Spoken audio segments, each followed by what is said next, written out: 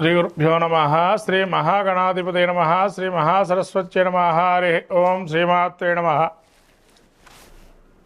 మనకు ఈ విశ్వావసునామ సంవత్సరంలో ముఖ్యంగా శని మార్చి 29న మీనరాశిలో సంచారం జరిగింది.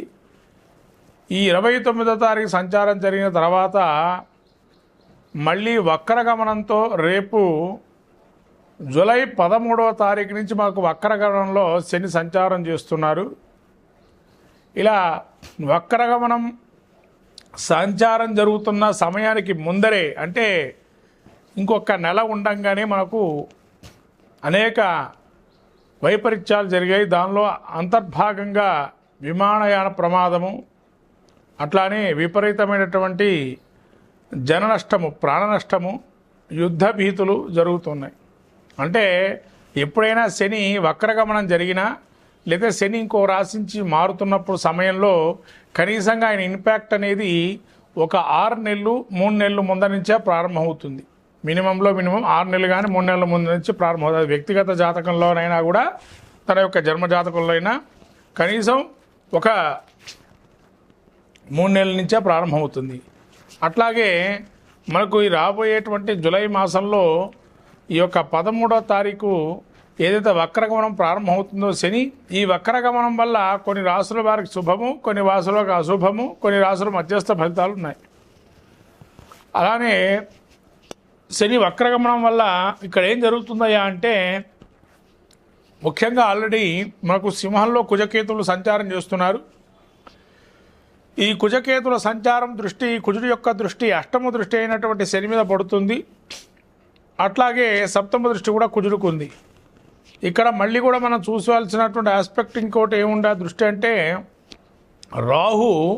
రాహుకేతులు ఇద్దరు కూడా మారారు మనకు మార్చిలో. అంటే రాహు కూడా కుంభరాశిలో సంచారం జరుగుతుంది. రాహు దగ్గరగా శని ప్రవేశిస్తున్నాడు మళ్ళీ వెనక్కి. అంటే వర్కమాగ్రహంలో శని యొక్క డిగ్రీలు ఎక్కడో దగ్గరున్న డిగ్రీలోకి వెళ్తున్నాడు. అంటే రాహుకి దగ్గరగా ఉన్న డిగ్రీలకు మళ్ళీ ప్రవేశిస్తున్నాడు. ఇలా ఎన్ని నెలలు ఉందంటే నవంబర్ 28వ తారీఖు వరకు ఉంది. అంటే దాదాపు మనకు ఒక 6 నెలల కాలం అనుకోండి. ఇలా 6 నెలల నుంచి 5 నెలల కాలంలో 5 నెలల కాలం ఉంటుంది. ఈ 5 నెలల కాలంలో మనకు వక్రగమనం వల్ల కొన్ని రాశులకి శుభఫలితాలు మళ్ళీ ప్రారంభమవుతున్నాయి పునః. అంటే అవేమేం రాశులు, వాటి ప్రభావాలు ఏంటి, మళ్ళీ యొక్క కుజుడి యొక్క దృష్టి శని మీద పడటం, లేదా శని యొక్క దృష్టి పరస్పర వీక్షణ, ఏదైతే శని కుజులు పరస్పర వీక్షణ ఉందో ఇక్కడ అది కూడా కొంత మంచి చెడు ఫలితాలకు సంకేతంగా. ముఖ్యంగా వాహన ప్రమాదాలు, యుద్ధ బేరీలు ఎక్కువగా ఉండే ప్రయత్నపూర్వకంగా జరిగే అవకాశాలు ఉన్నాయి. అట్లానే దక్షిణాది దేశాలకి అరిష్టంగా చెప్పబడింది. అట్లానే ఉత్తర ప్రాంతాల్లో ఉండే దేశాలకి ఇవి అరిష్ట యోగంగా చెప్పబడింది. కాబట్టి ఇటువంటి దేశాలు ఏవైతే ఉన్నాయో దక్షిణ ఉత్తర దేశాలకి ఇటువంటి వైపరీత్యాలు అనేకం జరిగి మళ్ళీ ప్రాణ నష్టము, జన నష్టము, అట్లనే ఆస్తి నష్టాలు ప్రత్యేకంగా జరిగే అవకాశాలు ఉన్నాయి. కాబట్టి చాలా జాగ్రత్తగా ఈ వక్రగమనం అనేటువంటి శని ఏదైతే ఉందో కొంతమందికి ఆరోగ్య నష్టము, కొందరు ధన నష్టము, కొందరు ప్రాణ సంకటము, కొంతమందికి మంచి శుభయోగాలు కూడా జరుగుతాయి. శుభయోగం ఏం జరుగుతుందయ్యా, చెడు అయితే చెప్పారు. శుభాలు ఏంటంటే నూతనమైనటువంటి కార్యక్రమాలు ఏవైతే ఉంటాయో స్థిరాస్తి వివాదాలు కానీ, భూ తగాదాలు కానీ, భూ సమస్యలు కానీ, సెటిల్మెంట్స్ కార్యక్రమాలు కానీ, తర్వాత వీటికి సంబంధించి ఏవైతే ఉంటాయో అవన్నీ సఫలీకృతమయ్యే అవకాశాలు ఉన్నాయి. అంటే భూ సమస్యలు పరిష్కారం అవుతాయి. అలానే మీ అంతర్గతంగా కావచ్చు, బహిర్గతంగా ఉండే శత్రుమూర్తులు ఎవరైతే శత్రువులుగా ఉన్న భావన చేసేవాళ్ళు ఓటమిని అంగీకరించి పాదాక్రాంతం కావటం అటువంటి జరిగే అవకాశాలు వ్యక్తిగతంలో కావచ్చు, దేశగోచారంలో కానీ కొంతవరకు ఈ యొక్క పరిస్థితులు ఏర్పడుతున్నాయి. అట్లానే విమాన ప్రమాదాలు మీకు ఏవైతే జరిగినాయో అది లోగడ వీడియో, మనం కొన్ని వీడియోలు ఏవైతే ఉన్నాయో నేను చేసిన ఉగాది సంబంధించినవి దానిలో చెప్పబడింది కూడా. చిరకాల ప్రత్యర్థితో మనం పోట్లాటలు ఏవైతే ఉన్నాయో అవి జరుగుతాయని చెప్పి, అట్లనే విమానయాన సంబంధమైన ప్రమాదాలు ఎక్కువగా జరుగుతాయని ఇది మార్చి నెలలోనే, మార్చికి పూర్వం మార్చి నెలలో మనం చెప్పబడింది. శని రాహువులు ఒకటే రాశిలో సంచారం చేస్తున్నప్పుడు ఇలా వైమానిక ప్రమాదాలు ఇవన్నీ జరుగుతాయని చెప్పి, ఇది జరగటానికి కూడా కారణం ఏంటంటే రాహు శని వాయు ప్రమాదాలు ఎక్కువ జరిగే అవకాశాలు ఉంటాయని మాకు గురువులు విద్యాబోధన చేసేటువంటి వారు ఆ సమయంలో మాకు చెప్పబడింది. కాబట్టి ఇవాళ అది జ్ఞప్తికి వచ్చి ఆ యొక్క పరిజ్ఞానం మేరకు శని రాహువుల యొక్క వైమానిక వాయు ప్రమాదాలు ఉంటాయని చెప్పి చెప్పబడింది. అలానే వాయు కాలుష్యం వల్ల కొందరికి అనారోగ్య సూచనలు కూడా వచ్చాయి. ఇవి రెండు కూడా శని రాహుల యొక్క కలయిక ఎప్పుడైతే మార్చి నెలలో జరిగిందో వాటి యొక్క ఉన్నతి ఈ విధంగా జరిగింది. ఇప్పుడు మనము ద్వాదశ రాశుల యొక్క వక్రగమనంలో ఏ విధంగా ఉంటాయో చెప్పబోతున్నాను. శ్రద్ధగా ఆ ద్వాదశ రాశి యొక్క ఫలితాలని ప్రతి ఒక్క రాశి వారు ఏ విధంగా పరిష్కారం చేసుకోవాలో మార్గాలు చెప్తాను. ద్వాదశ రాశి వారి యొక్క ఫలితాలు చెప్పబోతున్నాను. మిథున రాశి వారికి యొక్క శని వక్రగమనం ఏ విధంగా ఉండబోతుంది, మరి ఈ శని వీరికి వక్రిస్తూ ఏ స్థానానికి వక్రింపుతో ఉంటున్నారు అని అంటే, వీరికి పూర్వరాశి అయినటువంటి అంటే ఇదివరకు పూర్వమైనటువంటి 9వ స్థాన ఫలితాలు వస్తాయి. ఏమిటా ఫలితాలంటే శోకం రోగం మహాదుఃఖం క్వచిత్ ద్రవ్యం క్వచిత్ సుఖం స్వధారం సుసుతం క్లేశం నోమస్తో శని దిశేత్. అంటే ఏదైనా కూడా అనేకమైన ఏదైనా రోగము కానీ మానసికమైన రోగం కూడా ఉండొచ్చు. లేదైనా తన మానసికంగా రోగం అంటే నాకు ఇవాళ రోగం ఉంది అనుకుంటే రోగం, ఇవాళ నాకు భయం ఉందంటే భయం, నాకు భయం వేస్తుందంటే భయం వేస్తున్నట్టుగానే ఉంటుంది. ఆ విధంగా కొంతవరకు ఇబ్బందులు కలిగే అవకాశం. తర్వాత సర్వ విధములైనటువంటి కష్టములు అంటే కష్టములు అనేక రకాలు ఉంటాయి. కొంతమంది ఉద్యోగం లేక ఇబ్బంది పడుతుంటారు, కొంత ఉద్యోగం లేక ఇబ్బంది పడుతుంటారు. కొంతమంది అన్నీ ఉన్నా కూడా నాకు ఎవరూ లేరని ఒక ఇబ్బంది మనసులో కించిత్తు ఉంటుంది. అలా కించిత్తు ఇబ్బంది పడే అవకాశం. అట్లనే డబ్బు నష్టం కూడా జరిగే అవకాశం ఉంటుంది. కొంతవరకు డబ్బు నష్టం, ధన నష్టం అయ్యే అవకాశం ఉంటుంది. అట్లా సుఖ నష్టం అంటే ఏంటంటే ఇప్పటివరకు మంచి లగ్జరియస్ లైఫ్ గడిపినటువంటి వారు కొంతమంది ఉంటారు. ఒక్కసారిగా లైఫ్ నుంచి కొన్ని ఇబ్బందులు వచ్చి బయటకు వచ్చేస్తారు. అట్లా ఇబ్బందులు పడే అవకాశం కూడా ఉంది. ఇట్లా ఏదైనా ప్రయత్నం చేస్తే కార్యక్రమాలు సఫలీకృతం కాకుండా ఆదిలోనే హంసపాదంలాగా ఆగిపోవటం, ఏంటి ఇంత చేసినా కూడా మనం హంసపాదంలో ఆగిపోతున్నాయి కార్యక్రమాలు అని చెప్పి ఒక ఇబ్బందికరమైన వాతావరణం ఉన్నది. మిథున రాశి వారికి ఈ వక్రగమనము ఏదైతే ఉందో అంత యోగదాయకంగా లేదు.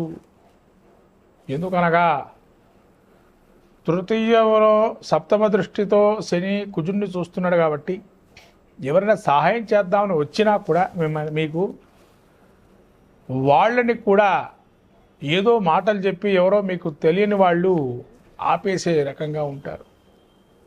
కాబట్టి కొద్దిగా జాగ్రత్తగా ఈ 5 నెలలు కూడా మీరు కార్యక్రమాలు కొన్ని వాయిదా వేసుకోవటం మంచిది. స్తబ్దుగా మీ పని ఏదో మీరు చేసుకోండి. అధికంగా డబ్బు ఖర్చు పెట్టి ఇంక అయిపోతుంది పని అనే ఒక స్థితిలో డబ్బు ఖర్చు పెట్టుకోవద్దు. అలానే నోటి తోలనాటకూడదు ఎవరిని. అలా నోటి తోలనాటం వల్ల కూడా ఇబ్బందులు పాలే అవకాశం ఉంటుంది. ఇది జాగ్రత్తగా చూసుకోవాలి మిథున రాశి వారు.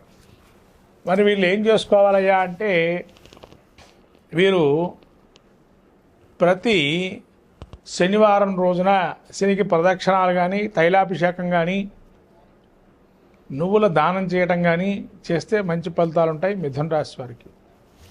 చూసినట్టయితే శని వక్రగమనం వల్ల ఏ రాశుల వారికి బాగున్నాయంటే ధనుస్సు రాశి వారికి యోగప్రదంగా ఉంది. అలానే మేషరాశి వారికి యోగప్రదంగా ఉంది. అలానే కన్యా రాశి వారికి యోగప్రదంగా ఉంది. ఈ విధంగా ఈ 3 రాశుల వారికి చాలా యోగాన్ని ఇస్తున్నాడు శని. ఈ 3 రాశుల వారి శని వక్రగమనం అద్భుతంగా యోగిస్తుంది. కాబట్టి ఈ 3 రాశుల వారు చాలా అద్భుతంగా ఉంటుంది. ఎవరైనా అవయోగాలు ఉన్నవారు తిరునల్లార క్షేత్రం కుంభకోణంలో శనిక్క క్షేత్రానికి వెళ్ళి అభిషేకం చేసుకోవటం, అట్లానే మనకి శని సింగనాపూర్ కానీ మనకు దగ్గరలో ఉండే శనేశ్వర దేవాలయాలు అనేకం ఉన్నాయి. వాటిలో అభిషేకాలు నిత్యం కూడా చేసుకోవటం, ప్రతి వారం కానీ ప్రదక్షిణాలు చేయటం, అలానే శని భగవానుడికి నువ్వులు దానం చేయటం, ఆ విధంగా నువ్వులు ఆయనకి ఇష్టమైనటువంటి నువ్వుల పదార్థాలు భోజనంలో పెట్టడం, అలాగే వస్త్రాలని దానం చేయటం, సేవకా వృత్తిలో ఉండేటువంటి వారికి కొంత మీ అంతు సహాయం చేయటం, ఎవరైనా సేవకులుగా పనిచేస్తున్నారు మీ యొక్క ఆర్గనైజేషన్లో అంటే వాళ్ళకి ఏదైనా మనం సహాయం చేయటం, అట్లానే నిత్యము కూడా ఇల్లంతా క్లీన్గా ఉండటం, అంటే నీట్గా పెట్టాలి. అశుభ్రతంగా ఉంటే శని తాండవిస్తాడు అని అంటారు. అట్లనే ఇనుప ముక్కలు కానీ ఇనుమ సామాన్లు పనికిరాని ఉంటే అవి తీసేయటం, ఇవన్నీ చేస్తే శని ప్రీతిగా బాగుంటుంది. అంటే పాత సామాన్లు లాంటివి ఏవైతున్నాయో అవన్నీ కూడా తీసేయాలి. స్క్రాప్ లాగా ఉండే సామాన్లు తీసేస్తే కూడా శని యోగప్రదంగా మారతాడు.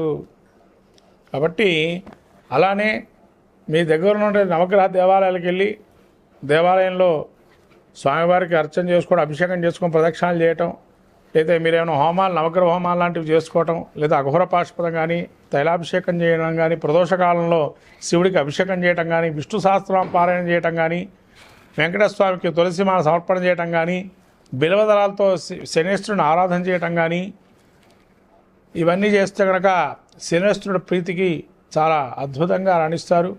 ఇవన్నీ చేసుకోండి. ద్వాదశ రాశి వాళ్ళు రాబోయే 5 నెలల పాటు ఆ యొక్క ప్రకృతి వైపరీత్యాలు కానీ లేదా దుష్పరిణామాలు ఏవైతే ఉన్నాయో, ప్రాణ నష్టం, ఆస్తి నష్టం, ధన నష్టం లాంటివి జరిగే అవకాశాలు ఉంటాయి.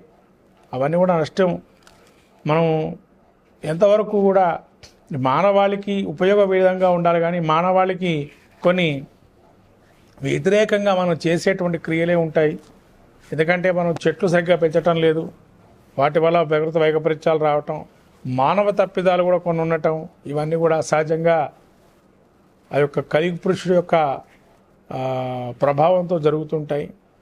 కాబట్టి ఇవన్నీ కూడా మనం ఏదైనా అర్చన, అభిషేకాదులు, హోమాదులతోని ఏం చేయగలుగుతామయ్యా, ఇన్ని చేసినా మాకు ఇంతే అనుకున్నా కూడా ఎప్పుడు భయపడకండి. ఇవి చేసుకోవటం వల్ల రాబోయే విపత్తుల నుంచి మీరు కొంతవరకు బయటపడే అవకాశం ఉంటుంది. అది గమనించండి. అందరూ కూడా భక్తులందరూ కూడా భక్తులుగా ఉండేటువంటి వారు నిత్యం కూడా భగవంతు ఆరాధన చేసేవారు గుర్తుపెట్టుకోండి. ఇవాళ చేస్తున్న ఆరాధనలు మీకు అక్కరకు రాకపోయినా రాబోయే విపత్తుల నుంచి కాపాడటానికి ఆ పూజలే మిమ్మల్ని కాపాడతాయని చెప్పి భగవంతుడు ఈ పూజాధికాలు, హోమాలు ఎందుకు పెట్టారు అంటే రాబోయే విపత్తుల నుంచి బయటపడటానికి ఒక విధంగా మార్గం అయితే, ఇప్పుడు అనుభవిస్తున్న జన్మ ఏదైతే ఉందో అది పూర్వజన్మ కృతం సంచిత పాపంగా ఉంటుంది. దాన్ని నిలవరించడానికి వచ్చే జన్మను ఉత్తమ గతులు పొందటానికి ఇక్కడి నుంచి పాపాన్ని నశింపజేసి ఇక్కడ పుణ్యం తీసుకొని మళ్ళీ నెక్స్ట్ జన్మలో పాపాన్ని కానీ పుణ్యాన్ని కానీ అదే విధానంగా తీసుకెళ్ళటం జరుగుతుంది. కాబట్టి ఇవన్నీ కూడా మనకు గత జన్మలో మనిషి 7 జన్మలు అనుభవిస్తాడంటారు జాతక చక్రంలో. ఆ 7 జన్మలు అనుభవించిన తర్వాత కానీ ఈ మానవ జన్మ నుంచి బయటపడరు. 7 జన్మలు మానవుడిగా పుట్టాల్సిందని మనకు జ్యోతిష్శాస్త్రం కూడా చెప్పబడుతుంది. అందుకనే మనుషుల పోయిన మనుషులు 7 ఉంటారంటారు. ఇక్కడ కాకపోయినా ఇంకో చోట్ల బతుకుతూ ఉంటారు. ఆ 7 ఏదైతే ఉంటుందో ఆ 7 యొక్క స్థితిని మనం చూసుకొని తద్వారా జన్మ, అనుజన్మ, పూర్వజన్మ అనేవి ఉంటాయి.